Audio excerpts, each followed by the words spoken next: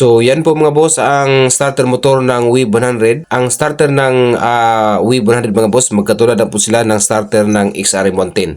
So itong starter mga boss, binuksan nila, tinan nyo mga boss, tinanggalan nila at may problema po sa loob mga boss dahil yung pong ang ganyan pong magnet mga boss ay durog na po mga boss, okay? So ngayon mga boss, subukan natin i-kumpuni ito, ay dismantle mo natin to ulit, okay? Disclaimer lang po tayo mga boss, ang video na to ay para lang po ito sa mga baguhan pa o mahilig mag-DIY o mag-repair katulad nito mga boss, para mayroon kayo idea, makuha ng idea sa video na to mga boss, okay? At para po sa may alam na nito ay pabigyan mo natin ang mga kapatid natin na gusto pong matuto katulad nito sa ating trabaho, okay? So yan ang mga boss, na buksan natin, yan po ang itsura na sa loob mga boss. So tinanggal na mga boss, ito po ang holder ng kabumbras, itong starter motor. So hindi na po nila binabalik. At ngayon mga boss, tingnan natin, hugutin natin to. Ito pong kanyang amateur mga boss. Okay? So ito po ang kanyang amateur mga boss. Sa tingin po natin, ito pong amateur, wala pong diferensya ito mga boss. Okay? So ang gawin lang natin sa amateur mga boss, linisan natin to. Tapos lihain natin yung saan dapat ang kanyang carbon brush. Okay? So ngayon mga boss, i-check natin ang kanya pong magnet mga boss. Okay? So ito mga boss, tingnan nyo na durog po ang kanyang mga magnet mga boss. So sa ganitong problema mga boss, wala na po talaga itong silbi mga boss. Okay? So ang gawin lang natin mga boss, maghanap po tayo ng ibang starter na hindi po sira itong magnet mga boss. Mayroon kasing mga starter mga boss na mahanap nyo sa junk mga boss na ang sira mga boss yung amateur, pero yung magnet ay hindi po sira. So nakahanap po tayo sa galing po sa junk mga boss. Ito na mga boss, ito po ang kanyang magnet. So okay pa to mga boss. So ito po ang ating ikabit, okay?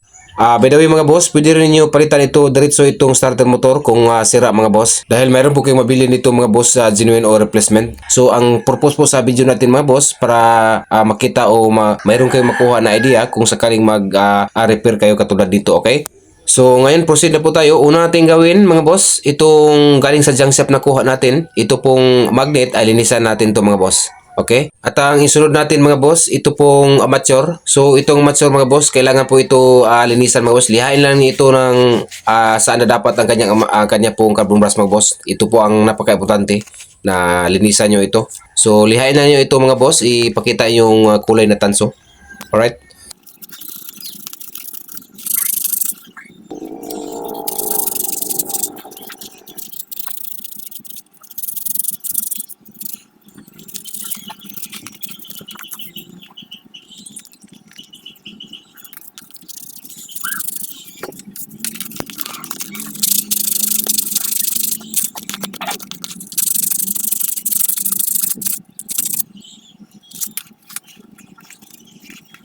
So ito na mga boss, malinis na, okay na to mga boss. Ito pong amateur saka itong magnet, okay? So next natin, ito po ang ating linisan mga boss. By the way, dito po nakalagay ang ating carbon brush mga boss. So mayroon po tayong carbon brush na hinanda mga boss, okay? So itong carbon brush po ito na starter sa Wave 100 or XRM 110, magkatulad lang po sila mga boss, okay? So tingnan nyo mga boss. So ito na, may dala po siyang holder mga boss, itong carbon brush nito, okay? So kibali kompleto po siya, may dala na po siyang carbon brush, dalawang carbon brush at itong spring at saka bolt, okay? At ngayon i-assemble natin ito mga boss. Itong may dulo ng ating carbon brush mga boss, ito, tingnan nyo. So ito po ang positive carbon brush, so itusok natin itong guide dito mga boss, okay? Ganyan lang kasimple, ito po ang positive na carbon brush, okay?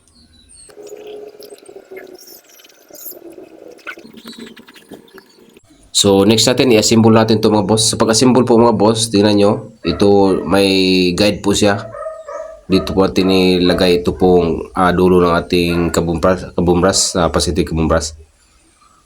Okay, pause na natin konti. So next mga boss, ito na may problema po tayo. Dahil yung isang carbon brush, tingnan nyo yung bolt mga boss. Diyan po ilagay itong isang carbon brush pero naputol po yung bolt mga boss. Okay? So ang gawin natin mga boss, instead na doon ilagay o dito ilagay ang isang carbon brush, okay, hindi na po siya pwede dahil naputol.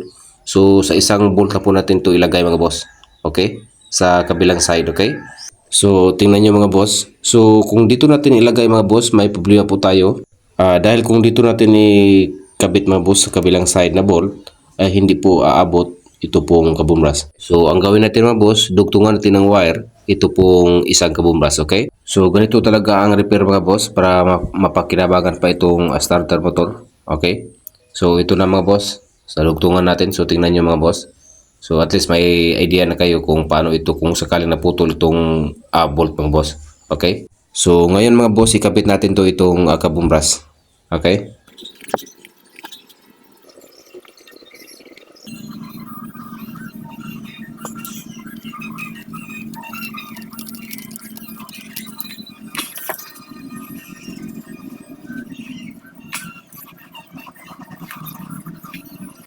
So yan lang gawin yung mga boss kapag naputol ang isang bolt mga boss. So sa kabilang side lang inyong gamitin mga boss.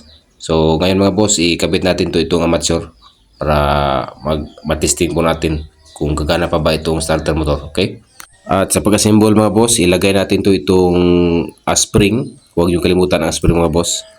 Okay, dahil siya po ang tutulak ng kabumbras patungo po sa ating amateur. At sa pagkabit nito sa kabumbras mga boss, kailangan po mayroon kayong technique dahil kung nag-iisa lang kayo, medyo mahirapan po kayo, okay? So sundan nyo ang video nito mga boss.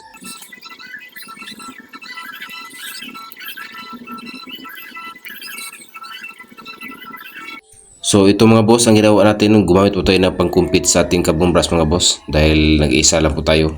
So next mga boss, ito pong kabilang side. So lagyan mo natin ito ng spring before natin ikabit itong kabumbras, okay?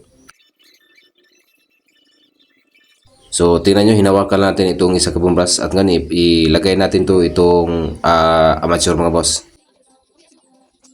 So tingnan nyo mga boss, nakabit natin. So yan po ang purpose itong pag-clip natin sa isang kabumbras mga boss para hindi tayo mahirapan. So tanggalin natin to. So ang next natin mga boss, i-check natin ang kabumbras para maayos ba ang kanya pong posisyon o yung wire na ating kabumbras hindi pa sasayad sa ground, okay?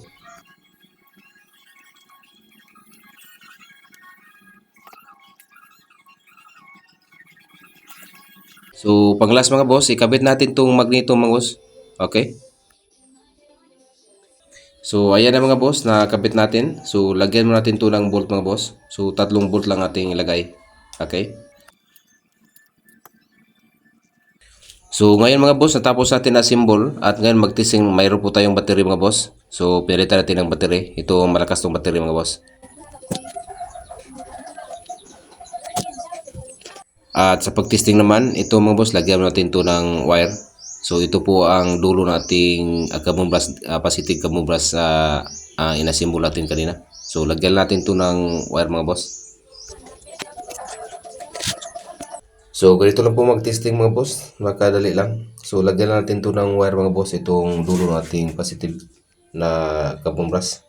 Tapos yung body dikit natin sa ground, o negative natin battery. Tapos itong wire, dikit natin sa positive, okay?